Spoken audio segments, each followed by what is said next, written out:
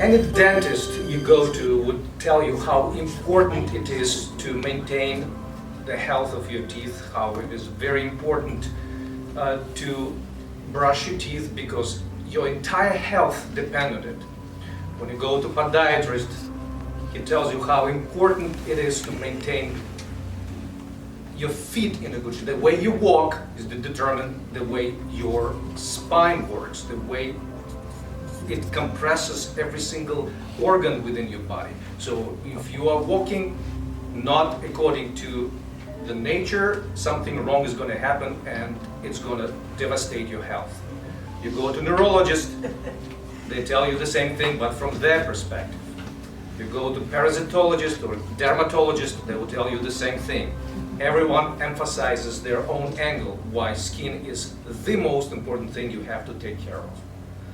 I will try to introduce my own angle to this conundrum. I would call it the angle of the Russian skeptic, to this deception game I'm talking about. I like that. I would claim that ability to successfully play the deception game is the most important trait any life form dwelling on this planet should have in order to survive and reproduce, and in our case, to remain sane.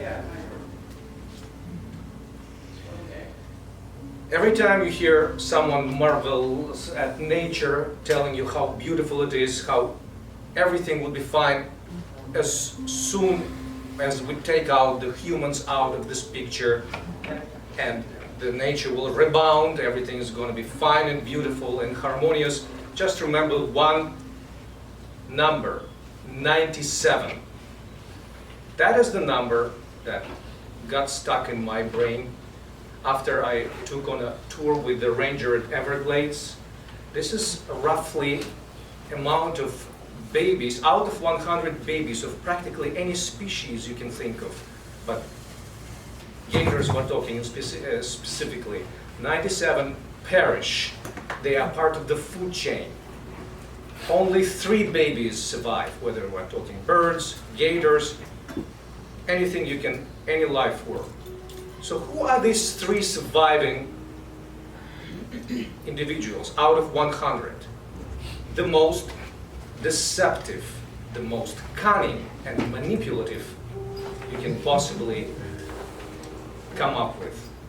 They are the survivors. As a result, nothing, absolutely nothing, is what it seems to us.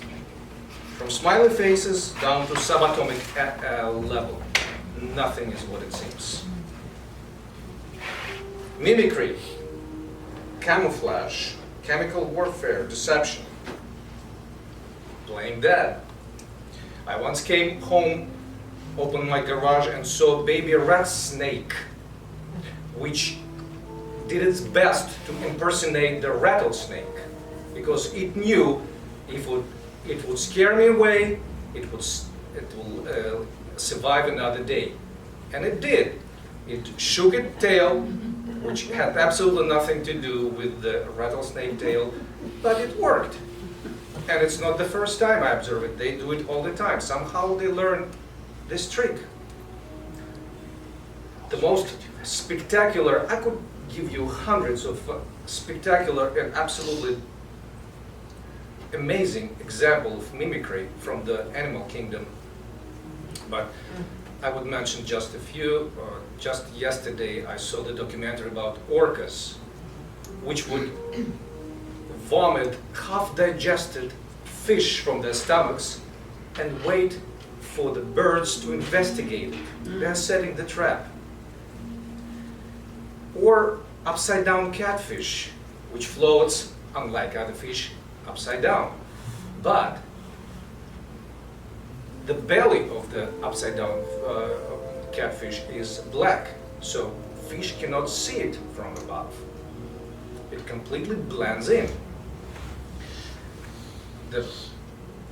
My favorite David Attenborough in his series covered one of the most spectacular cases I came ever across. It's the case of Ichneumon wasp, which hunts down blue butterfly larva. How it finds it, absolutely no one knows yet. David Attenborough said no one can explain how out of 100 ant hills in one particular field, it senses the one where blue butterfly hides. By the way, it is able to deceive all the ants into thinking that it's their queen. It produces certain hormones which just fools absolutely every single ant inside this particular ant. So they forget about the real queen, everything for the sake of this blue butterfly larva. But here comes the wasp, which somehow senses through the ground where this larva is. It lands on an anthill. Next thing it does, it waits to be attacked. Of course, there is alarm, the bells, the sirens going off, ants attack. It calmly waits, and when it's completely surrounded, it sprays them with its own hormone, which makes them to attack each other. And there is a video about this. They go crazy. They tear each other apart. And in the meanwhile, it calmly, no rush, everyone is doing absolutely, there is a madness going on. It goes in, finds the blue butterfly, and injects it with its own eggs. And then just walks away and then flies away. If that is the most spectacular case I could think of. Competitive infanticide has been documented in 119 species, including lions, hippos, and chimps. What do females do in this case in order to protect their babies, specifically langur monkeys? They evolved special strategy. They pretend to be in heat while pregnant. This way, whenever the mating happens, the male would leave her alone. He wouldn't kill her children, her babies when they come out. He would think they belong to him. This is the strategy in 119 species that was at least documented. The most powerful tool, like I said, we were given by nature is the ability to deceive. Cooperation, we like to talk about, only happens when not to cooperate is more costly and deadly. Think about school of fish that is less likely to be eaten when it forms the big ball of moving mass. And it's the safest spot, of course, is in the very center. Birds flying in a V formation to save energy by catching the updraft of the bird in front. If chimps groom one another, there are fewer parasites. It's a win-win situation. People are no different. We too use mimicry, camouflage, and chemical warfare. Our clothes is nothing but camouflage. Reflecting our perceptions, how we want to be perceived. Think about birds of paradise or peacock spider. I was working for a lawyer firm for a long time, and every single day we had a meeting where we were verbally abused by one of the lawyers. It just was the outlet, and everyone learned to blend into the furniture. Your task was to camouflage in, not to move a muscle, not to give a single sign that you are displeased with how you are treated.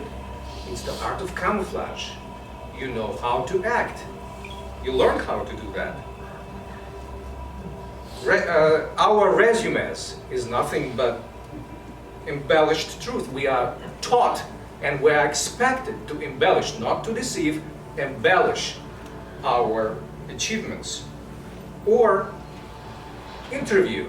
You are expected, actually, and of course it is my opinion, you are evaluated how good you're going to lie, why you want to work for this company. Convince me I know you're gonna lie, whatever next thing is gonna come out of your mouth, but let me see how good you are at lying.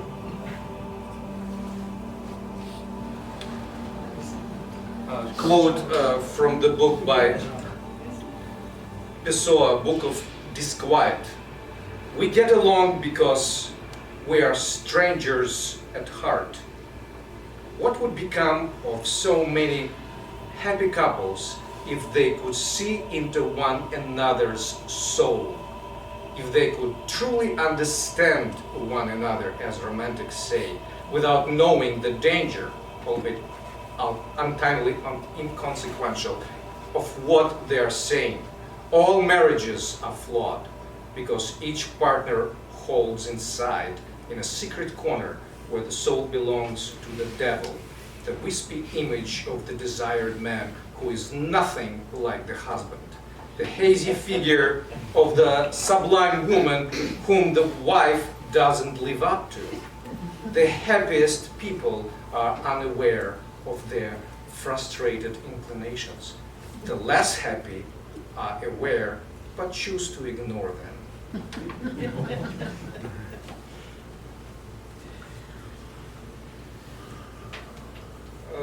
If you saw the movie 8mm with Nicolas Cage, everyone hates him, but that movie, I remembered it because of the ending, where happy couple, the husband dies and the wife decides to investigate what's in his, she didn't know all the secrets, and when she learned the deepest secrets of her husband, beloved husband of many years that she had no idea about, and when she learned about his dark side after his death, he had no choice but to kill herself because it was that bad. She didn't know the person she spent her entire life with. My favorite movie, latest Quentin Tarantino movie, Hateful Eight. Absolutely spectacular demonstration how people need illusions in order to stay alive and sane. Even after they learn all the characters, all 8 characters, which hated each other guts and were ready to tear each other apart, there was one thing that united them. They knew it was a lie. The letter from Lincoln himself. What they learned during the movie, that it is a fake. And they got angry for a while, but then, when everyone was almost, everyone already got shot and they were dying, bleeding, they said, okay, who remembers this by heart again, this Lincoln's letter? And they died smiling because they needed this illusion that it was true. They knew it was totally fake, but still they were happier by pretending that it is true. To me, that was beautiful. Remember and notice, we only lie to those we actually care about. We don't tell them the truth precisely because we love them. In most cases, truth devastates. And there is actually one of the pictures you might see, if I want to be speaking long enough, I'm not sure, that one woman is screaming another, I don't care enough about you enough to lie. So I don't care how reacts. You're nothing to me. That's why I'm not going to lie. Well, that lets Trump out. He doesn't care about anybody. That's right, but he continues to lie. Facebook is nothing but strangers comparing and showing their masks to each other. It's like every time you see somebody post, most of people, it's like everyone is saying, I'm okay. I know you didn't ask me if I'm okay, but just in case, I'm still in the game. Didn't you see me post a picture of good time I'm having delicious food I just had, or this inspirational quote I reposted? You basically signal that you are sane, normal, and balanced individual. It's still okay to be social, with me. This is how you advertise yourself. You pretend, you wear a mask of optimism and happiness. A month ago, I was translating during the deposition to the Russian lady who had a serious bike accident. She was biking and the car hit her bike and she was bleeding, covered in blood. And all she could say when paramedics arrived, and she barely knew any English, but she knew one thing: I'm okay.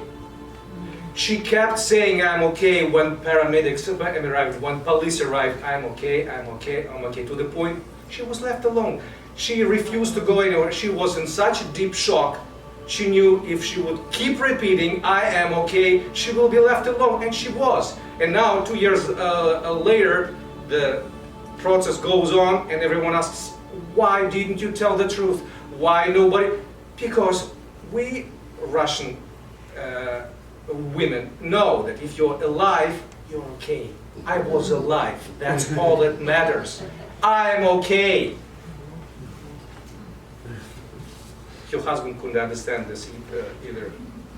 Another quote from David Gilbert, one of my favorite non-fiction writers.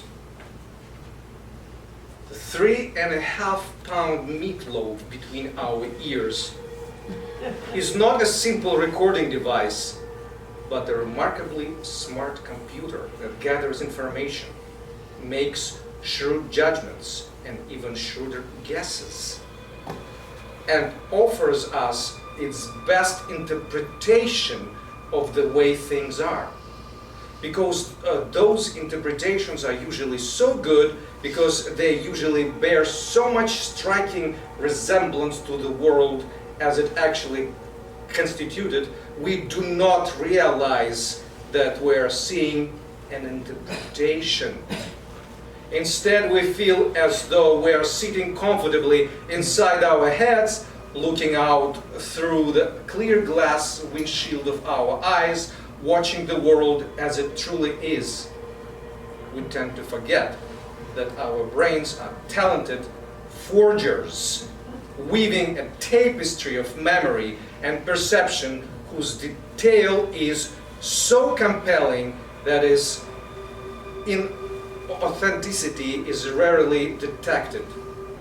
I often think about the latest movement I came across after reading authors like Thomas Ligotti, David Benatar, anti-natalism.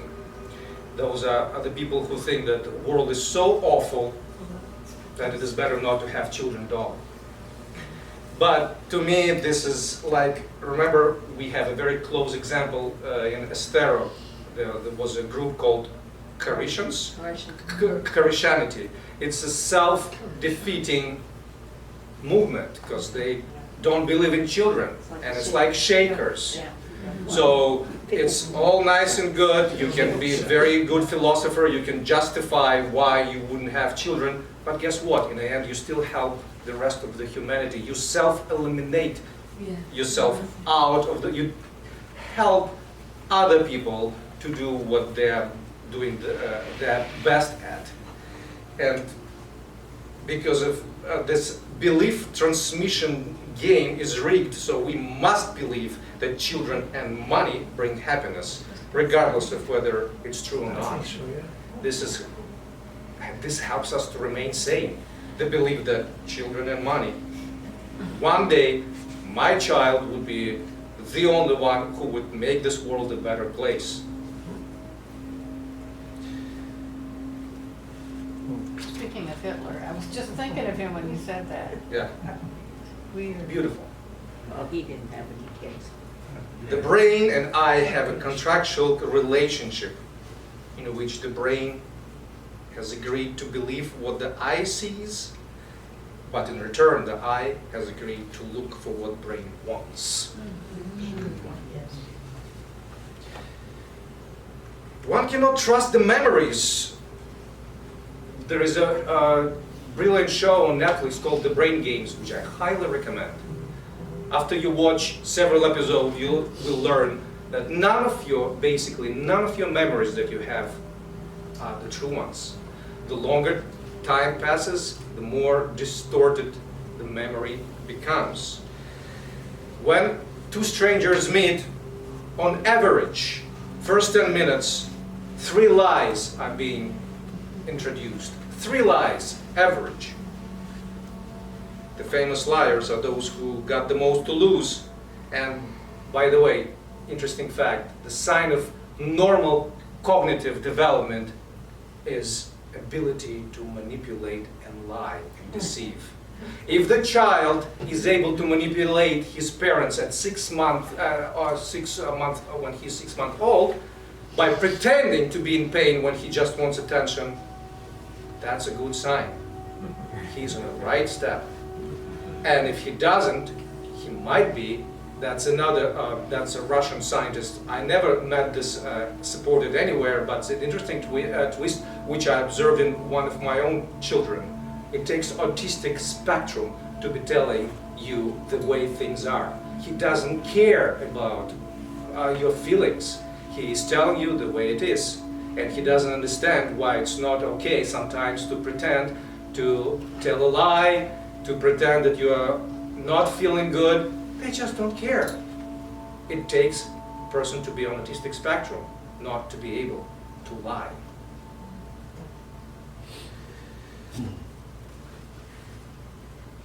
The reason our brain developed so much and why we consider ourselves so smart, it's again because continuously we've been placed in extremely complex social situations which demanded this ability to succeed. If you want to succeed in the world of men, just read Voltaire's Candide. You need to be able to navigate in the world in the ocean of deception that surrounds you. You cannot adapt, you drown. You die a horrible death. The smile is considered the most common non-verbal lie. Coming from Russian, it's a different perspective. We pretend that we're unique and special, have our own talents, abilities. But are we really looking for a special person to be our partner? No, it's another lie. We're looking for average in partners, never special. Because average is a sign of health. We don't need a symmetric face or figure. We are looking for average. Everything is not what it seems, like I said before, and we do our best to reinforce this. We teach our children not to lie, but is that really what's going on there? Boy Scouts law. A scout is trustworthy, loyal, helpful, friendly, courteous, kind, obedient, cheerful, thrifty, brave, clean, and reverent. I put my children through 2 years of Boy Scouts. They're nothing but. Yes, it's very good for the children to learn how to survive in the wilderness, how to set up a fire, how to do the successful camping, how to do many things, but at the same time I witnessed so much hypocrisy, which I think is actually very good for the children because that helps them to realize how they should navigate. Say, every parent and every child by the end of the last year was warned by their pack leaders that we're switching the packs and we're going to the different one. But do not tell this to the headmaster. He is completely oblivious and unaware, and he should remain so because we're leaving him. So backstabbing in front, so conspiracy in the purest form was I guess the best lesson from the Boy Scouts my children learned. That's for Cub Scouts. Cub Scouts. For packs. Yes. I mean, troops Yes. are Boy Scouts. Exactly. When you said that, Yes, the first phrase after everyone goes to bed, all children and so we're camping in the Christian camps. After all the children went to their tents, everyone sleeping. What's your drink of choice? What you gonna? We have everything. Brandy. It's like I couldn't believe it, but that's the essential part, which is, I guess, very essential for the survival. If you follow actually these laws and try to implement them in real life, the total disaster is guaranteed. NPR's recent story on happiness classes in India. They know that the students are miserably poor. They are living in atrocious conditions. So they had to introduce happiness classes where they talk about positive thinking. They teach their young children, young students, to mimic happiness. Fake it till you make it. That's essential tool for survival. Oh, it's like one of my favorite British singers, Laurie Anderson. One of your songs is about, it's a long narrative, but the bottom line is, happy couple stayed together. No, it wasn't a happy couple. The couple that stayed together all life, but hated each other every single day. But as soon as their daughter died, they divorced the next day. And when asked why you waited till your daughter died, the answer was, because we both agreed that we didn't want to upset her. We create the illusion of happiness, of happy couple for our children. Actually, something I know from my personal experience. I thought I had a happy childhood, but I didn't know what price my parents paid for the same thing. It was an identical situation. Things we do for our children.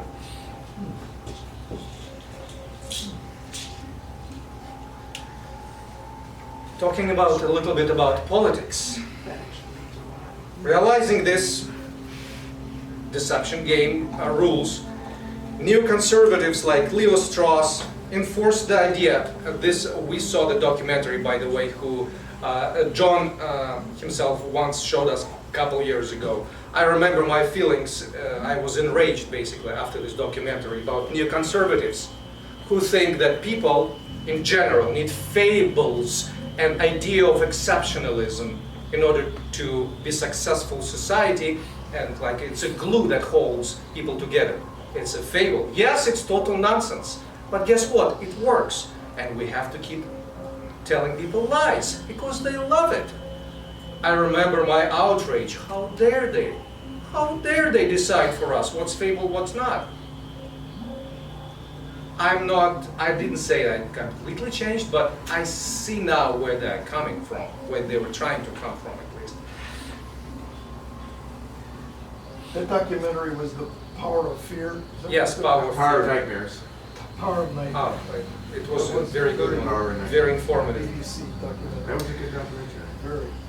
The side which can deceive the best wins the worst. Disinformation. When I was in Soviet Union Army, most of our learning and teaching and all the books that were on bookshelves in certain rooms was about disinformation, how to deceive your enemy. The era of army against the army in an open field is gone, and it's never coming back. I don't think actually that was ever the case. It's always who can deceive each other the best. That's Hitler was doing his best to deceive Russians and allies, pretending to have certain installations when they didn't. The same thing with Russia. Say the Cold War, Americans were convinced during the Cold War time that 6,000 Russian nuclear missiles were targeted to practically each American city. When Soviet Union collapsed, the truth came out. Out of this 6,000, only 4 were actually targeted in the direction of the United States, out of which 1 was operational, maybe. That is the power of disinformation. I didn't know that. The one who deceives the best wins the worst. Machiavellian deception.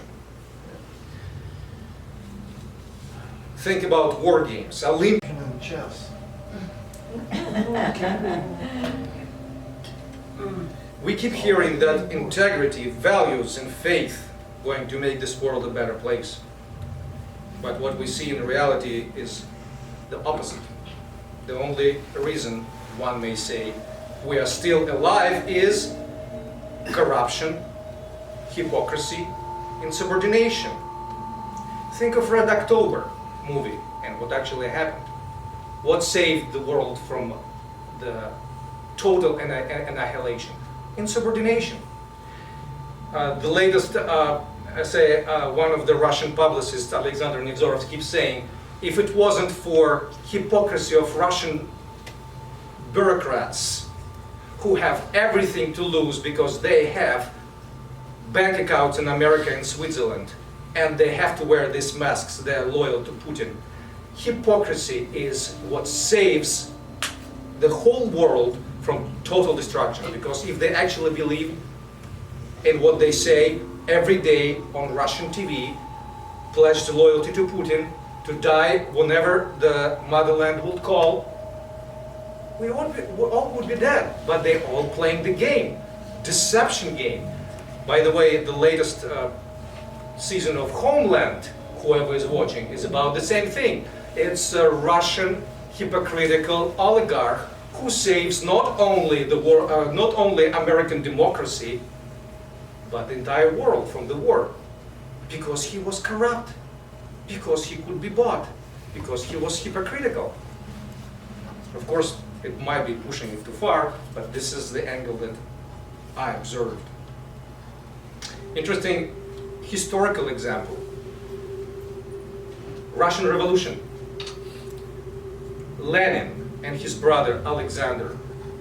The only reason Lenin, according to his own memoirs and many writings, that are like there are volumes and volumes in Russia about it, is because he was filled with hatred toward the Tsar and Tsarism in general. His own brother Alexander tried to assassinate Alexander III, the Tsar. He failed with all his group. But Tsar didn't hold a grudge. He was ready to pardon them all, including Alexander. So he came over to the entire group and said, you know what, I'm feeling good today. I know you tried to kill me, but I'm feeling particularly generous today. Just say, I'm sorry. Just say, I'm sorry. And I'm not gonna hang you. You're not gonna be killed. Just say, I'm sorry. But they all were filled with principles, integrity, and whatever the nonsense was in their heads, they all said, no, we're not gonna say we're sorry. We are ready to die, kill us. Of course, he had no choice, he killed them. And Alexander's brother, Vladimir Lenin, used this as an example. Okay, Tsarism, from now on, should fall. And I dedicate the rest of my life to the revolution. And he succeeded. Of course, there are other factors. Of course, there are many other things that were at play. But this angle, I cherry-picked because I loved it. Thomas Jefferson himself once approved a plan to smuggle arms to rebels in Tunisia so they could overthrow one ruler and replace him with one more cooperative to American interests. Benjamin Franklin is called the father of American disinformation. In an effort to embarrass the British government after the Revolutionary War, once planted a newspaper story that American Indians were scalping children who had been ripped out of their mothers' bellies and sending their scalps to London to impress the government. During World War I, the American government appealed to the patriotism of the citizens with propaganda slogans such as "Make the world safe for democracy," and by calling the conflict the war to end all wars. Not much changed since then. Many people wonder why Russia, Iran, North Korea can't peacefully coexist with the rest of the civilized world. Explanation seems obvious to me. Look at the animal kingdom. When you see the cases of altruism, charity in animal kingdom, this is something interesting, very interesting is happening, because altruism is a symbol of superiority. Many nations still consider gifts very humiliating. Say, yes, Russian, and that was reinforced by Putin very skillfully. Yes, we had all the food and everything, but where is our dignity? Why no one takes us seriously? Because prestige was taken away. The one who is giving you donations, the one who is giving you help, is by definition more superior. It's, say, in the animal kingdom, the ape or monkey which distributes the food is the one who is the leader of the pack. You are not allowed to share food if you are not authorized to do so. It's the sign of superiority. That means you can allow, here I ate and now I'm feeling gracious like Alexander III. You know what? How about here's a piece of meat for you, just for being loyal.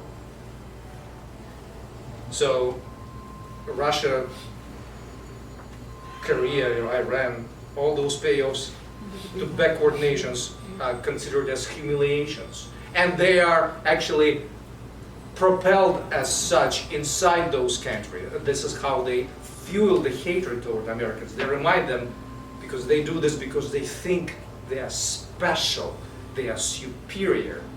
What about us? We used to be strong too. Russia says to, on TV practically every day. Doublespeak from 1984, famous novel. Couldn't every time, and if you remember, of course, war is peace, freedom is slavery, ignorance is strength. Every time I drive along and I see the bumper sticker, life is good. To me, that means it's a doublespeak. Never say what you mean, because this puts you in immediate danger. Keep dancing and displaying the happy colors, just like peacock spider. Again, the same Voltaire, Candide, the famous philosopher, Dr. Pangloss, who inserted, this world is the best of all possible worlds. Was it true? Entire novel is built on dismantling this very notion. But did he change his mind in the end? After he witnessed everything collapsed, when he was himself went through the hanging, through the incredible suffering, he didn't change his mind. He knew that was his game. Panglossian syndrome. Life is good. I'm okay, my Facebook status, I'm fine. Look what food I'm having on Instagram. Advertisement designed to trick, play on mind's weaknesses. But I have come to conclusion that many people enjoy being deceived. In fact, if you all remember famous Eurythmics song, some people want to abuse you, some want to be abused by you.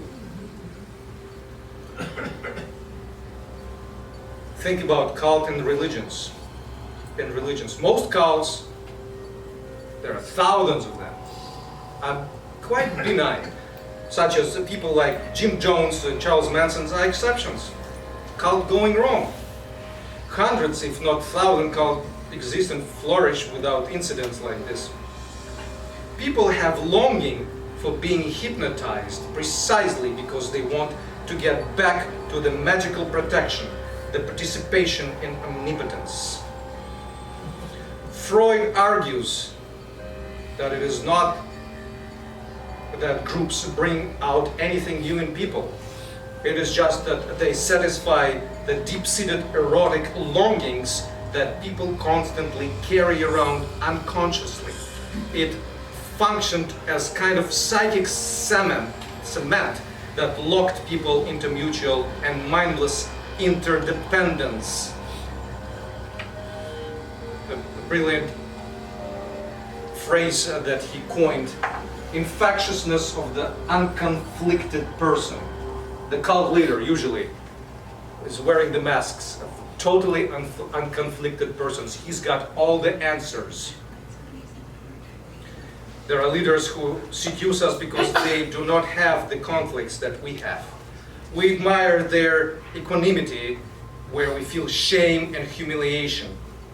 Man needs a second world, a world of humanly created meaning, a new reality that we can live, dramatize, nourish himself in.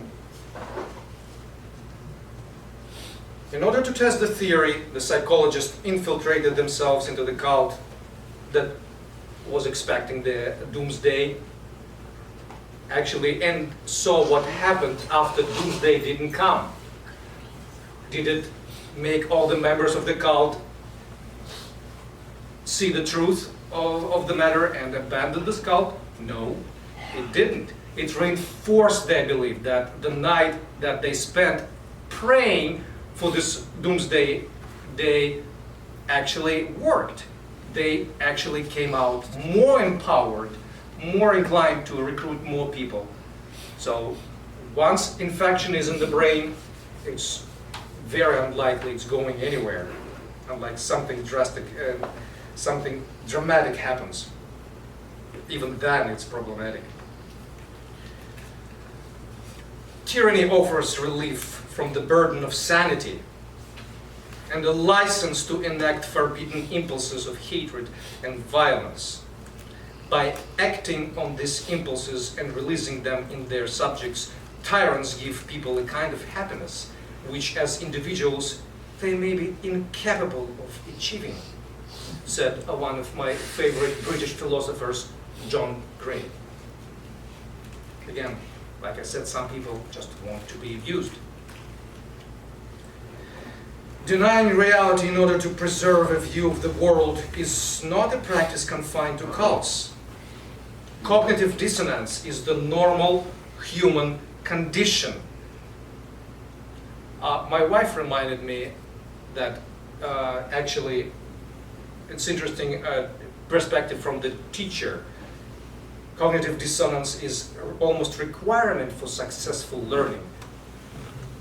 When you are presented with something you are not comfortable with, when you are making comparison which makes you uncomfortable, which pluck you out of your state of comfort. This is the best state when you can actually learn. Cognitive dissonance, when you play on it.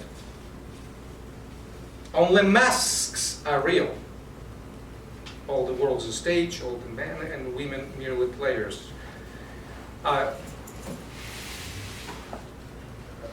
My favorite fiction writer of back when I was still living in Soviet Union, Somerset Maugham, The Theater.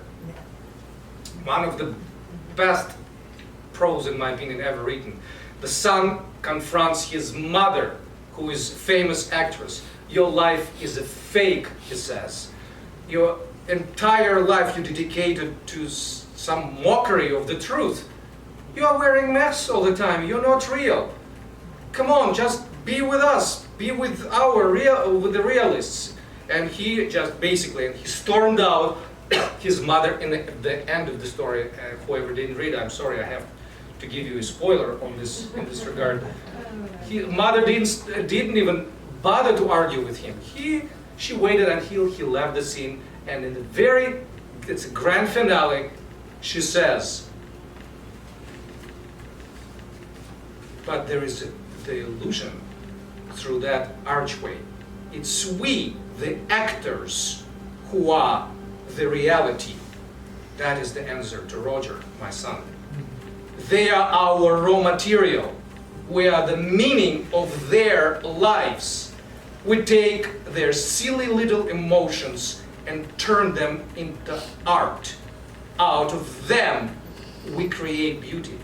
And their significance is that they form the audience we must have to fulfill ourselves. Roger said we don't exist. Why, it's only we who do exist. They are the shadows and we give them substance.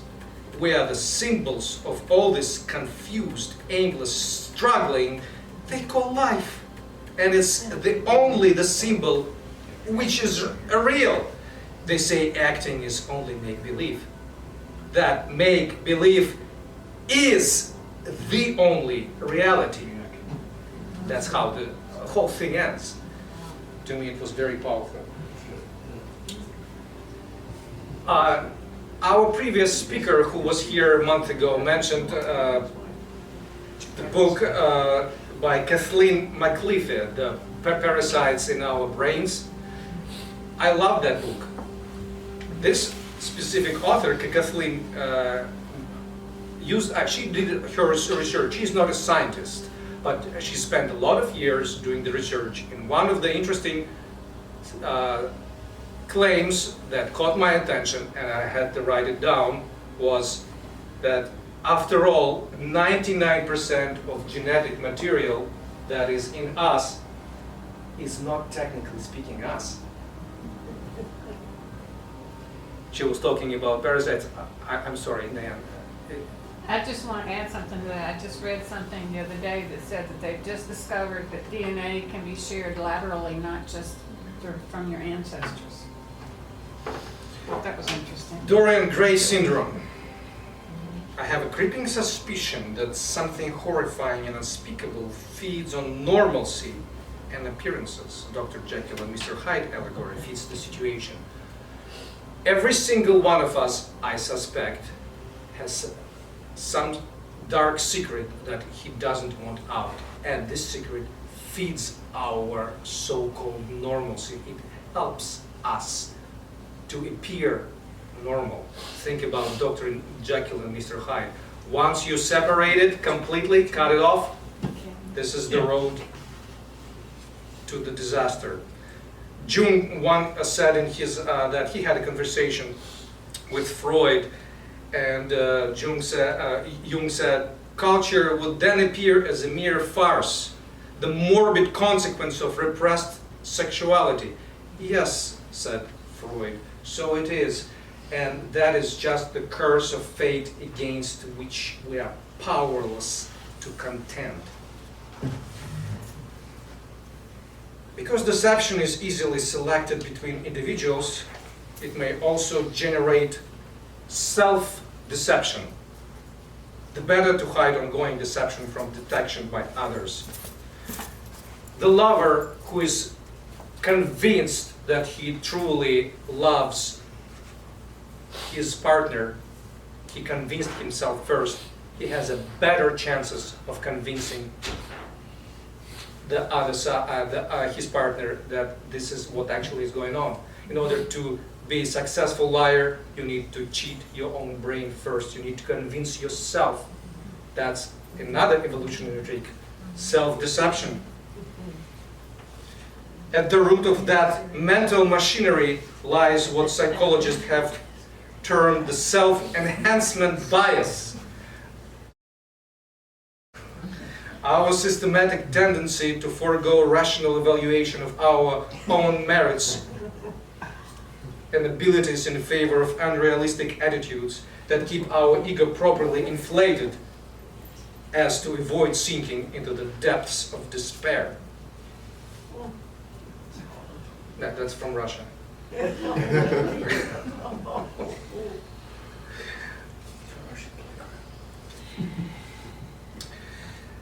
Subset of positive illusions powers out, the subset of 3 positive illusions powers our self-enhancement bias. One of them is illusory superiority bias, our tendency to judge ourselves less harshly than we do others and to see ourselves as unique, special individuals amid a homogeneous, dull crowd. Another illusion is illusion of control, our hindsight's inclination to attribute our successes to ability and our failures to luck. The third one, optimism bias. Say all this optimism, smokers, that they're not going to be the ones dying from lung cancer, motorists who think they will never crash, businessmen when they start the business. No matter the statistical odds, no matter how many examples to the contrary you've seen in your life, you have a tendency to believe everything will work out in the end. And it is hard to argue with the approach to life like this when you consider the alternative. So I'm not going to go into the confirmation bias, self-serving bias. Manipulate those biases, give people a patriotic speech before the battle, Braveheart style, or like in the movie Gladiator, before the battle. And that will make people feel more confident in battle. That will make them do whatever you tell them to do. Invention of patriotism, special American way, special Russian way, special Korean way. It's a weak person way to feel better by imagining that he belongs to the vicious, powerful pack of murderous tribe, and way to feel more empowered and protected by it. At the same time, this is the state's way to implant the levers in the brain in order to manipulate them in case of war. Chechnya wars in Russia, 2 of them. Thousands of young soldiers, 18 years old, died for absolutely nothing. There was no reason for these 2 wars. Thousands of people dies, and the orders actually came from the generals who were very drunk. And because all these young people had the levers implanted in them from childhood about patriotism, about whenever your state calls you, it's like you activate the hidden Manchurian candidate inside of you.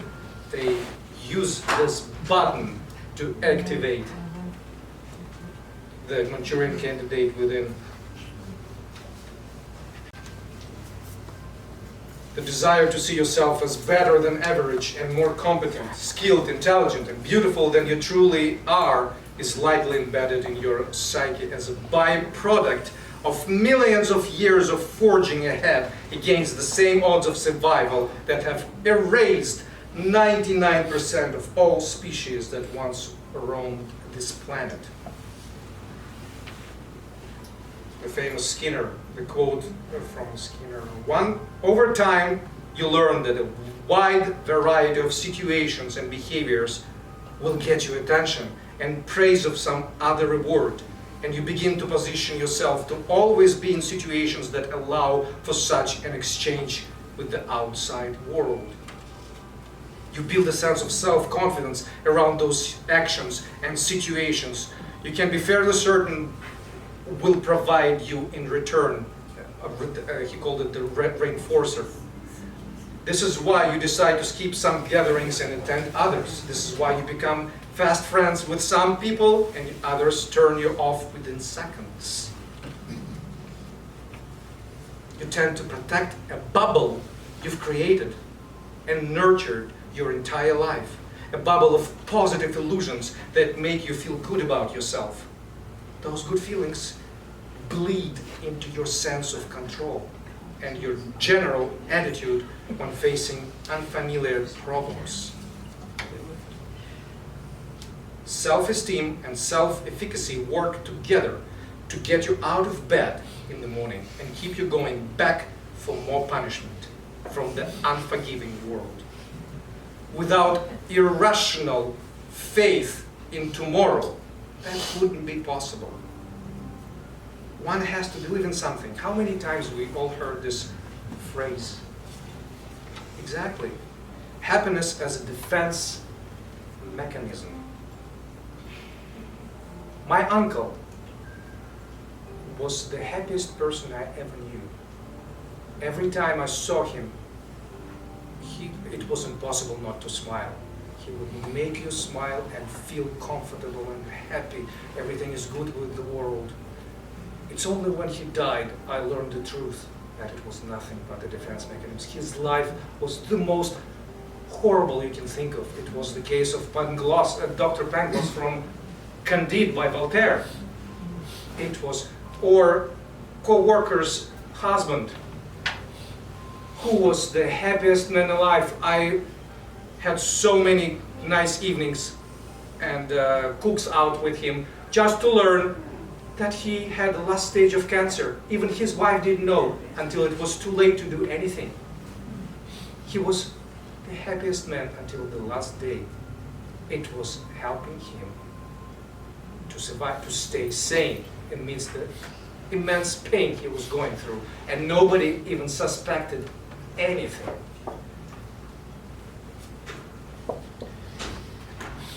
I'm watching with my children a cartoon called Adventure Times. Post-apocalyptic world where everything is incredibly messed up and mutated. All the creatures, all the logic is gone, and basically the existence is total misery. But of course, it's presented with the humor for children. But there is do one. you believe that that is supposed to be a real situation, or do you believe that that's just the guy's fantasy world that he lives in? I think it's the blonde-haired kid's fantasy world. Somebody else So there is a character named James Baxter. Whenever he comes along on his ball, everyone drops whatever they're doing in their horrible lives. They gather him, they laugh, and they feel happy. James Baxter is in town. He is making everyone laugh, but doing something incredibly silly. Man goes to doctor. Says he's depressed. Says life seems harsh and cruel. Says he feels all alone in threatening world where that lies ahead is vague and uncertain. He's very depressed. So doctor goes through all the treatments. He gives him the pills, they don't work. He gives him all expertise he could possibly provide, nothing works. Finally he tells him, you know what, great clown Pagliacci is in town tonight. Go and see him. That should pick you up. Man burst into tears. Says, but doctor, I am Pagliacci.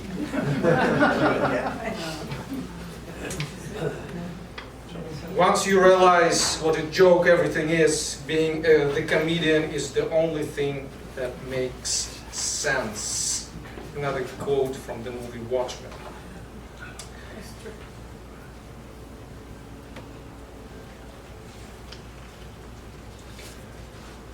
Funerals, keeping us sane by forcing us to perform the certain rituals.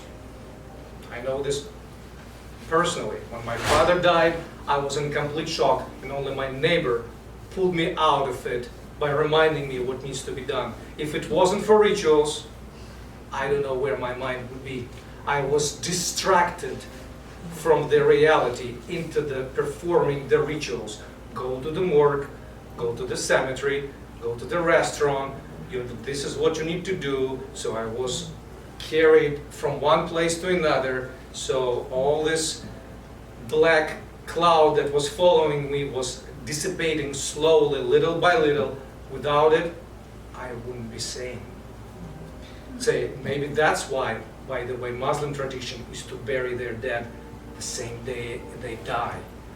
They cannot face the corpse one more day. One more day facing the reality is too much. The bodies need to be buried the same day. They're not the only ones.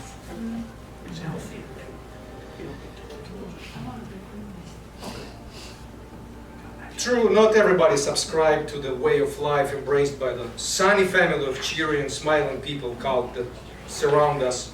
Some entertain themselves. That is what we call depressive realism. 20% of the people, roughly, of the people who can see the world for what it is.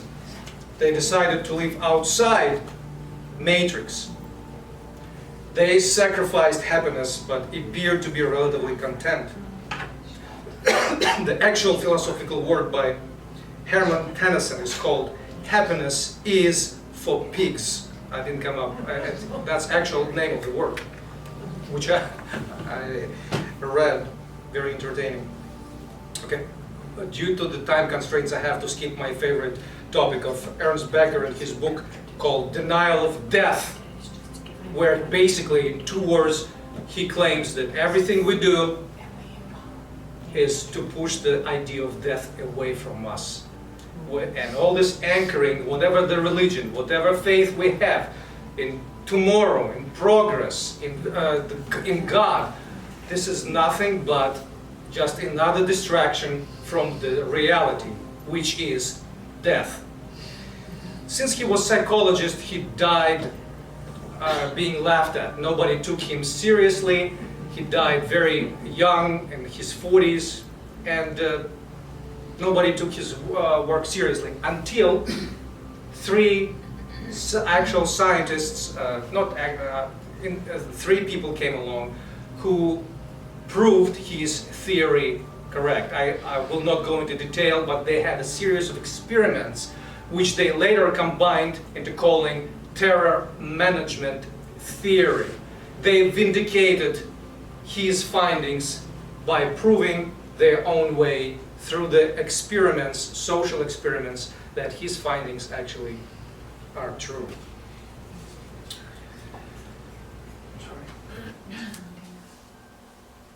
We say naturalized. The findings of that. Okay, I'll skip that.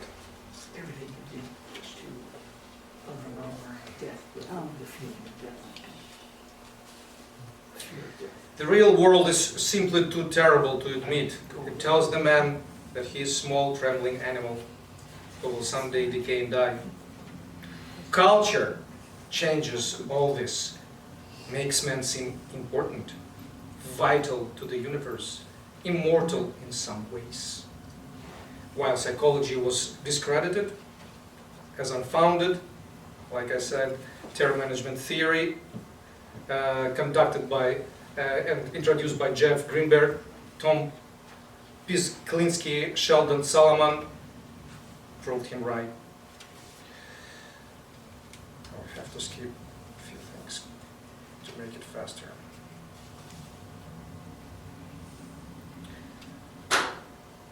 Every culture got its own prescription how to stay sane.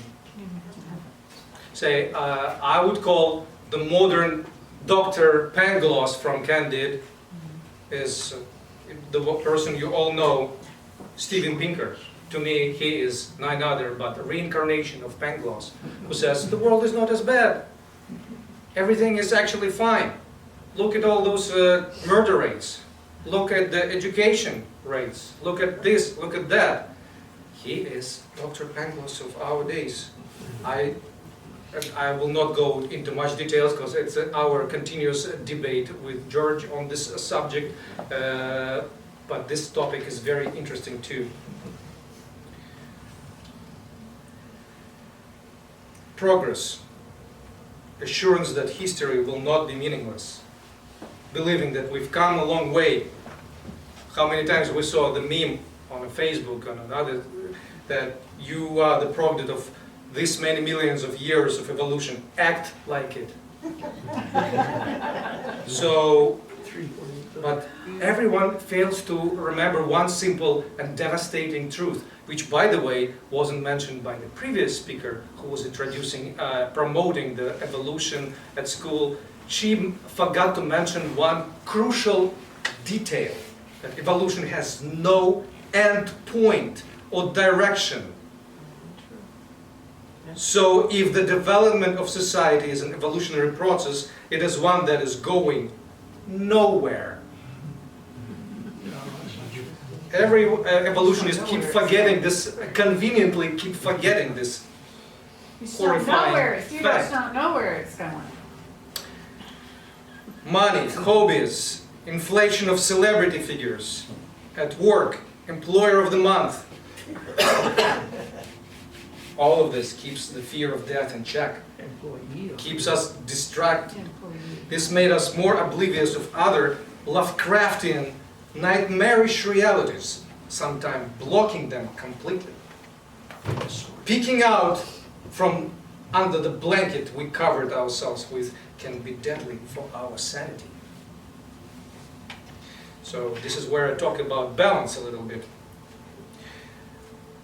Very notorious, but famous since recently, a month or two ago, Canadian professor Jordan Peterson shocked everyone when he said, you know what, religion isn't that bad as you present it. I'm an atheist, I don't believe in all this, but guess what?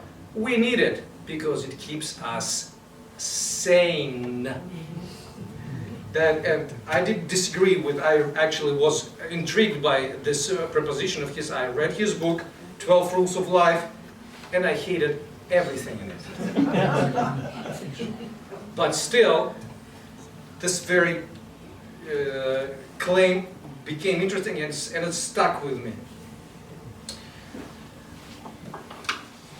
When I came to visit people in Russia, and my friends say, I know most of them went through horrible, horrible circumstances, deaths of the loved ones, and I saw most of my friends I grew up with all of a sudden deeply religious.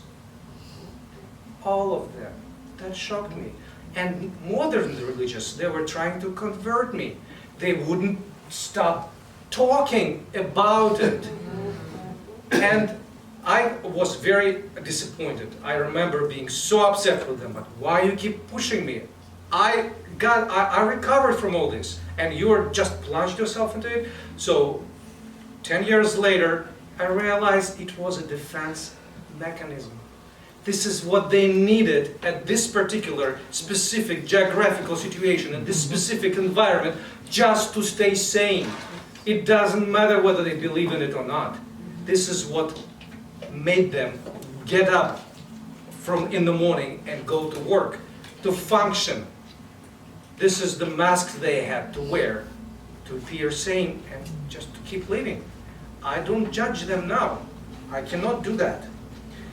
Russia right now introduced 6 months ago a TV show about our beloved Russian actors we all grew up with. All were atheists.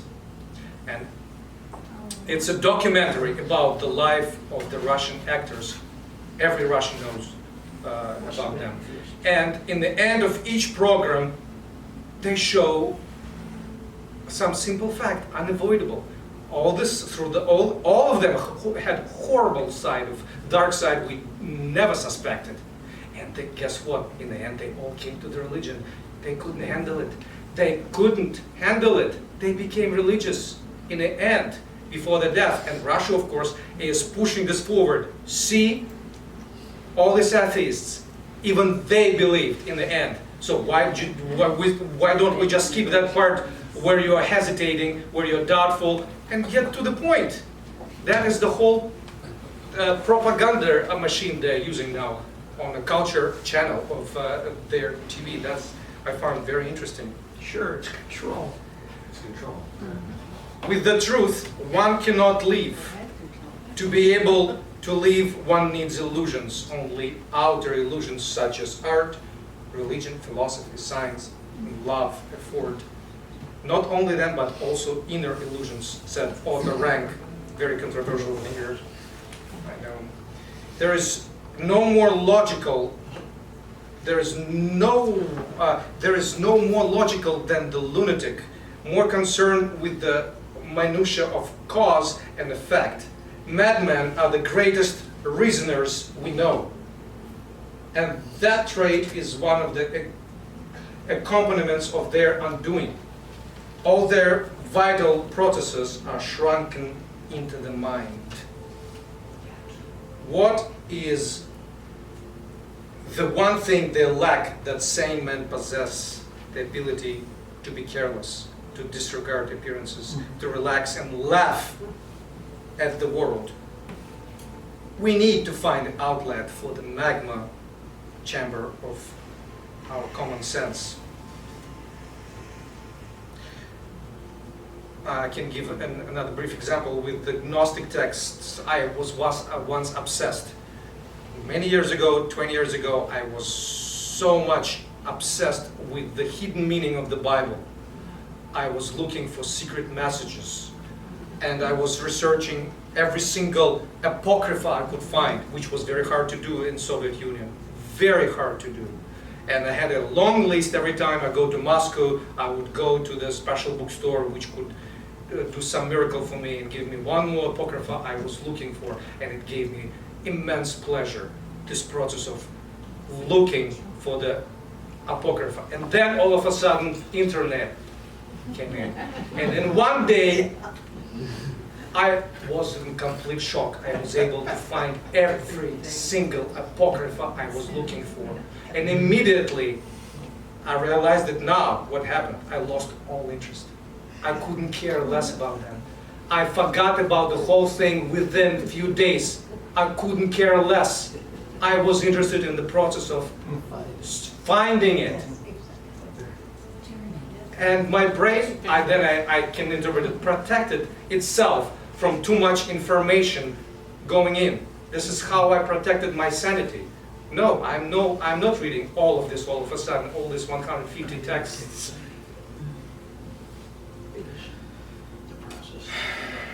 I never came back to it. And irrational, I would say, diffuses and sedates us, makes us adequate humans who can perform the daily chores diligently without screaming their heads off from existential dread. I personally went through, I'm very close to conclusion part already, so because of the time constraint. I went through many changes throughout my life. I started as a mystic. I spent a lot of time during my student years talking to spirits. Spirits advised me, and actually a few of my college teachers that participated in the talking with spirits in the seances, to convert into Russian Orthodoxy. They actually made me a Russian Orthodox. I became obsessed with the subject to the point I was close to going to a monastery. Then I came to the United States, couldn't find anything close to it. Then I converted into the Protestant, abandoning my Russian Orthodoxy, which is, it's better to be heretic than to be Protestant, by the way. It's the same thing for the Russian. It's like ultimate betrayal. If you're not Russian Orthodox, you're nothing. Absolutely not. It's better to be a heretic than Protestant, or it's okay to be Catholic, by the way. But Well, you must be not better now. Protestant. So then I switched gradually. It was not a one-day conversion. When I switched, when I plucked myself out of this Protestant, I found myself in conspiracy theories. I spent best years of my life thinking that every crazy conspiracy, everything that Alex Jones was saying 15 years ago was true. From the clouds to the poison in the water, everything. Contrails. Air contrails. I was obsessed with this. It took years for me to slowly, again, this somehow evaporated, and I turned into radical atheism. I couldn't understand how, if you possess the common sense, how can you possibly believe in the Bible and all the rational? Look how many contradictions. Let's have a seat. I'll tell you all contradictions in the Bible, and if you are a reasonable human being, you would abandon it right away. So I was with Mr. Dawkins for a long time. I'm still is, but not as radical, because I believe now in the rational side, without which we're gonna go insane. We will not be able to function. For George, it is the art. Art is nothing but irrational. There is nothing commonsensical about it. There is no reason why you should start painting, why you should composing the music. There is no, it's outlet, something that balances out our intellect. So, in the end, I realized that I'm nothing but Russian skeptic. The idea that humans may one day be more rational requires a greater leap of faith than anything in religion, since it requires a miraculous breach in the order of things. The idea that Jesus returned from the dead is not as contrary to reason as the notion that human beings will be in future different from how they have always been. Punchline from John Gray, we talked about many times. Meanwhile, progress brought us and numerous other species to the brink of extinction. Long-term prospects of survival of humanity itself is actually worse than they were at prehistory. All the marvels of modern technology are serving only a few overpopulated generation of humans at the expense of hundreds of thousands or billions of humans in the future. Matt Ridley's quote from the Red Queen book that I loved. Inside my skull is the brain that was designed to exploit the conditions of an African savanna between 3 million and 100,000 years ago. When my ancestors moved into Europe about 100,000 years ago, they quickly evolved a set of physiological features to suit the sunless climate of northern latitudes. Pale skin to prevent rickets, male beards, and a circulation relatively resistant to frostbite. But little else changed. Skull size, body proportions, and teeth are all much the same in me as they were in my ancestors 100,000 years ago, and are much the same as they are in some tribesmen from southern Africa. And there is little reason to believe that the gray matter inside the skull changed much either. The ritual of wearing masks that we all engaged in is the only reason why we're able to function and pass for normal in the first place. Nobody wants If to we know. will be true to ourselves, Conversation is dead. there's going to be spectacular global meltdown leading to mass suicides and death. We lie, pretend, and cheat. Therefore we live, remain sane and normal. Some are better actors than others. Some get fired and put to jail. Some become celebrities. But in the end, all the world's a stage, and all the men and women merely players. The more reading and studying we do, the more confused we are. Think of knowledge as a dot. You start with a dot. The more you know, this dot expands into something bigger, and it becomes bigger and bigger. But guess what? It symbolizes knowledge perfectly well, because the border with the unknown, the radius, grows with it. The more we know, the more confused we are. That's where I would disagree with a cheerful and chirpy Neil deGrasse Tyson, though I admire him. The technological progress is just an abnormal growth, similar to the cancer cell. It is simply speeds up the inevitable. To stay alive, sane, and functioning in this world, our brain have to learn to self-regulate and use the big red button which purges the data and allows to go back to the factory settings. Reset button. Whenever you feel happy next time, say thank you to your brain, which blocked the indifferent reality. It chose not to think about your dire financial situation, your divorce, dying aunt, depressed uncle, paralyzed sister, diseased relative, and our own body, which dilapidates in front of our very eyes. Some people say, whenever someone is mad with you, screaming at your face and insulting, you just try to imagine how blood runs through his veins, how his heart is pumping, how his lungs are inflating and deflating, all seemingly disgusting inner workings of the digestive systems. I don't have to do it anymore. People need to vent and explode with magma and gases from time to time. Otherwise, the stroke and permanent damage to the body is guaranteed.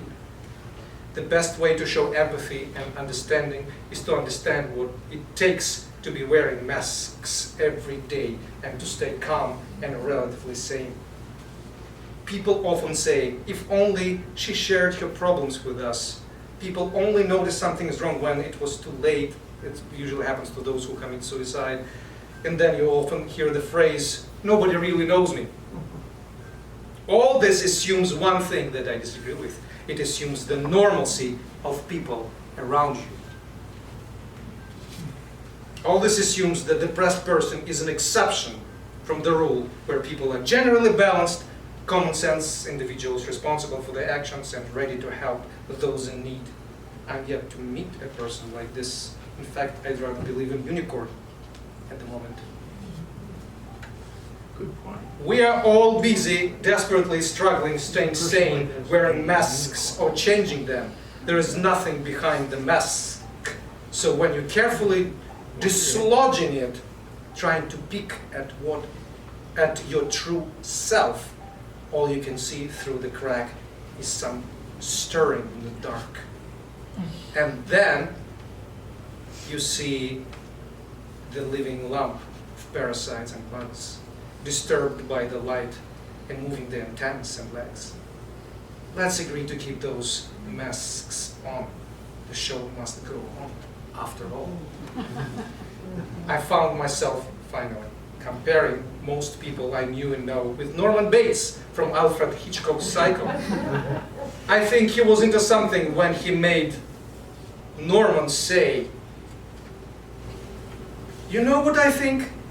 I think that we are all in our private traps, clamped into them, and none of us can ever get out. We scratch and we claw, but only at the air, only at each other.